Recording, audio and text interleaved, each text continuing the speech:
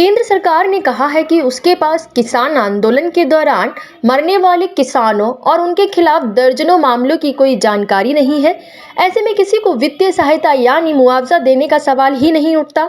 केंद्रीय कृषि मंत्री नरेंद्र सिंह तोमर ने संसद के चल रहे शीतकालीन सत्र में एक सवाल के जवाब में लोकसभा में ये लिखित जवाब दिया है। अन्य सवालों के अलावा सांसद आंदोलन के संबंध में किसानों के खिलाफ दर्ज मामलों की संख्या जानना चाहते थे।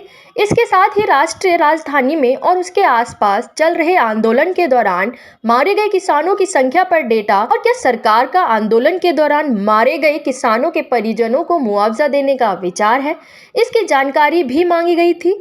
मंत्रालय का इस पर स्पष्ट उत्तर था कि इस मामले में उसके पास कोई रिकॉर्ड नहीं है और इसलिए वित्तीय सहायता देने का प्रश्न ही नहीं उठता। आपको बता दें कि इस प्रश्न के पहले भाग में जवाब देते हुए विस्तृत रूप से बताया गया था कि कैसे सरकार ने स्थिति को काबू में करने के लिए किसान नेताओं के साथ 11 दौर की चर्चा की है।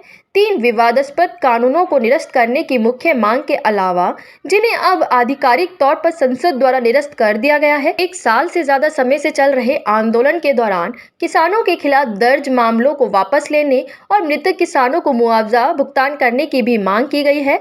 किसान आंदोलन के दौरान मृतक किसानों के परिजनों के लिए पुनर्वास की भी मांग की गई है।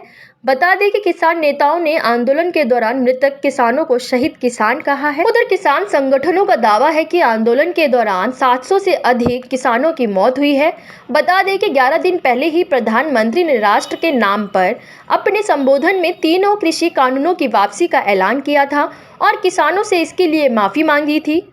19 नवंबर को प्रधानमंत्री ने कहा था, देश से माफी मांगते हुए मैं सच्चे और शुद्ध मन से कहना चाहता हूं कि शायद हमारी तपस्या में कुछ कमी थी कि हम अपने कुछ किसान भाइयों को सच्चाई नहीं समझा सके। साथ ही उन्होंने तब प्रदर्शनकारी किसानों से घर लौटने की अपील भी की थी। इसी तरह की खबरों के लिए बने रहे हमारे साथ ही चैनल को सब्सक्राइब करना ना भूलें। बुलंद भारत।